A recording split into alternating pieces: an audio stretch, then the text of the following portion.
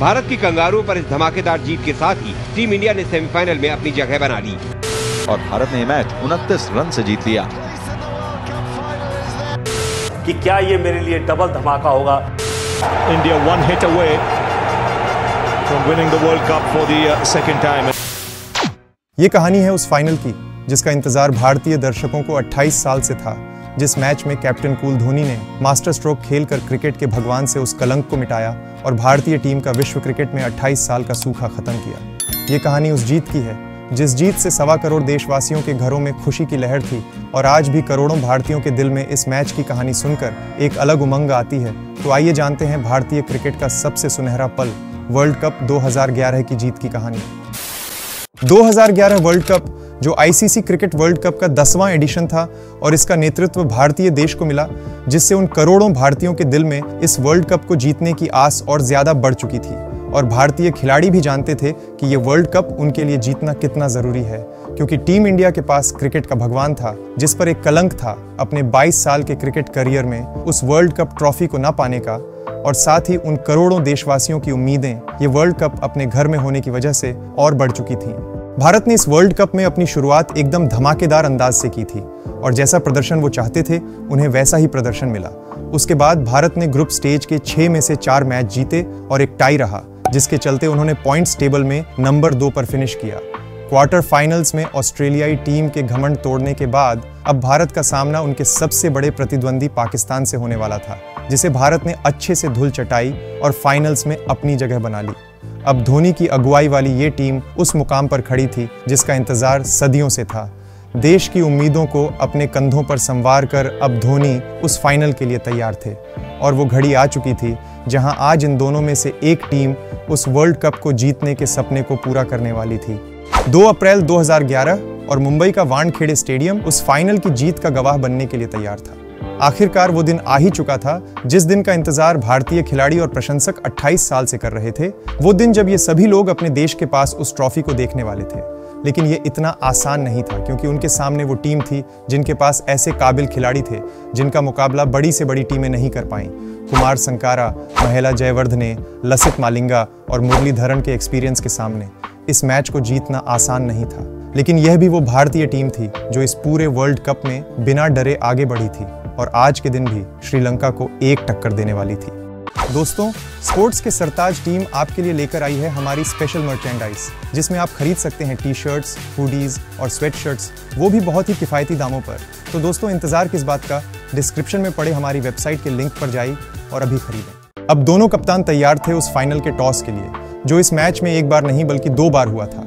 दरअसल क्राउड के शोर के कारण पहली कॉल श्रीलंका के कप्तान कुमार संगाकारा को सुनाई नहीं दी, जिसकी वजह से सिक्के को दोबारा उछाला गया और संगाकारा टॉस जीतकर पहले बल्लेबाजी करने का फैसला करते हैं। अब वानखेड़े के उस शोर के बीच श्रीलंका के उपुल थरंगा और तिलक रत्ने दिलशान बल्लेबाजी के लिए आते हैं और उनके सामने थे भारत के लिए इस वर्ल्ड कप के highest wicket taker Zaheer Khan, जिनकी गेंदबाजी ने बड़े बड़े बल्लेबाजों की गिल्लियां उड़ाई हैं। श्रीलंका के लिए पारी की शुरुआत कुछ खास अच्छी नहीं हुई और पहले 5 ओवर में सिर्फ 9 रन ही बन पाते हैं। श्रीलंकाई टीम के ऊपर दबाव साफ नजर आ रहा था और इसी के चलते 7वें ओवर की पहली गेंद पर उपुल थरंगा जहीर खान के शिकार बनते हैं। अब मैदान पर विश्व क्रिकेट का दूसरा सबसे महान बल्लेबाज और श्रीलंकाई कप्तान कुमार संगाकारा आ चुके थे, जो दिलशान के साथ मिलकर पारी को धीरे धीरे आगे बढ़ाते हैं। लेकिन रनों की कमी के कारण उन पर प्रेशर और बढ़ता रहा, जिसके चलते हरभजन ने तिलक रत्ने दिलशन की गिल्लियां उड़ा दी।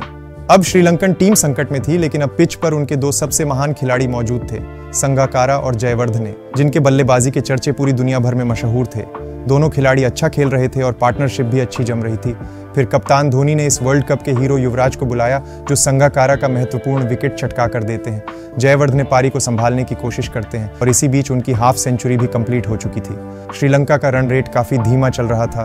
45 ओवरों तक श्रीलंका का स्कोर 5 विकेट के नुकसान पर 211 रन का था। अब श्रीलंका को रनों की दरकार थी और महिला जयवर्धने अब तेज गति से रन बनाना शुरू करते हैं, जिसके चलते 48वें ओवर में ऑफ साइड की ओर एक चौका लगाकर अपना शतक पूरा करते हैं। पूरा वानखेड़े तालियों की गड़गड़ाहट से जयवर्धने के शतक का इस्तकबाल करता है। अब अंत में थिसारा पेरेरा और जयवर्धने पारी को शानदार तरीके से खत्म करते हैं और 50 ओवरों के समाप्त होने तक श्रीलंकन टीम 274 रनों का बड़ा स्कोर खड़ा करते हैं। आखिरी 5 ओवरों में भारतीय गेंदबाजों ने श्रीलंका को 63 रन दिए थे, जिससे बीसीसीआई कमेटी के सदस्य काफी नाखुश नजर आए। भारत को ये वर्ल्ड कप जीतने के लिए अगली 300 गेंदों में 275 रन बनाने थे, मगर फाइनल के इस दबाव और श्रीलंका के खतरनाक गेंदबाजों के सामने ये टोटल चेस करना इतना आसान नहीं था।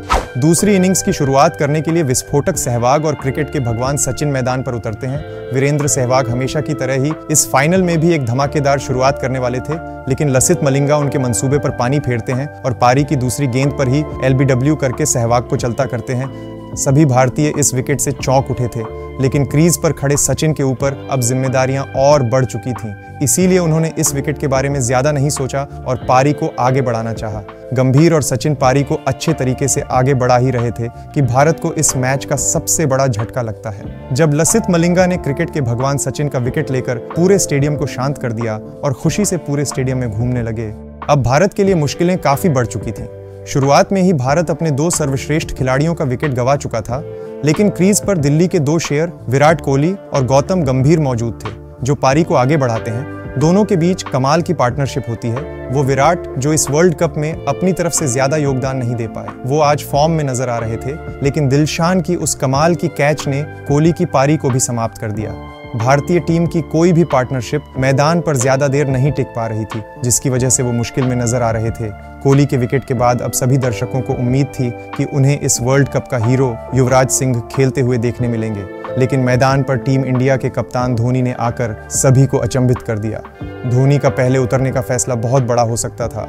उन्होंने इस फाइनल के लिए एक रिस्क लिया था और यही उनका मास्टर स्ट्रोक था, मगर ये रिस्क बिल्कुल सही साबित हो रहा था। दोनों बल्लेबाज गौतम और धोनी अच्छी फॉर्म में नजर आ रहे थे और पारी को तेज गति से भी आगे बढ़ा रहे थे। दोनों की हाफ सेंचुरी भी कंप्लीट हो चुकी थी।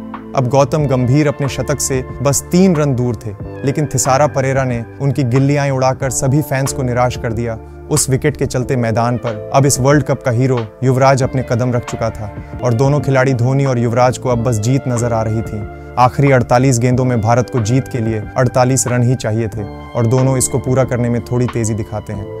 भारत अब अपनी जीत के बहुत नजदीक आ चुका था, जहां उन्हें 11 गेंदों में केवल 4 रनों की जरूरत थी और स्ट्राइक पर थे। भारतीय टीम के कप्तान MS धोनी कुलसेकरा गेंद डालते हैं और Dhoni finishes off in style. A magnificent strike into the crowd. India lift the World Cup. अब भारत दूसरी बार विश्व विजेता बन चुका था, जहां कप्तान धोनी ने 28 साल का सूखा खत्म करके भारत को वो ट्रॉफी दिलाई। भारतीय क्रिकेट के लिए ये बहुत बड़ा पल था। चारों तरफ हर्षोल्लास का माहौल था और सभी फैंस खुशी से झूम रहे थे। ड्रेसिंग रूम में भी पार्टी का माहौल था। सभी भारतीय खिलाड़ी क्रिकेट के भगवान सचिन को अपने कंधों पर बैठाकर एक विक्ट्री लैप दिलाते हैं। सभी की आंखों में खुशी के आंसू नजर आ रहे थे। उस रात पूरे देश में बस जश्न ही जश्न था। देश के अलग अलग कोनों में बस खुशी का माहौल था। कोई आतिशबाजी से खुशियां मना रहा था तो कोई मिठाई बांटकर। अगली सुबह अखबार बस नीले रंग से नजर आ रहे थे, वो भी उस वर्ल्ड कप की ट्रॉफी के साथ। दोस्तों, अगर आपको भारत की इस जीत की कहानी सुनकर मजा आया तो कमेंट बॉक्स में वंदे मातरम लिखकर जाएं और इस वीडियो को अपने दोस्तों के साथ भी शेयर करें। धन्यवाद।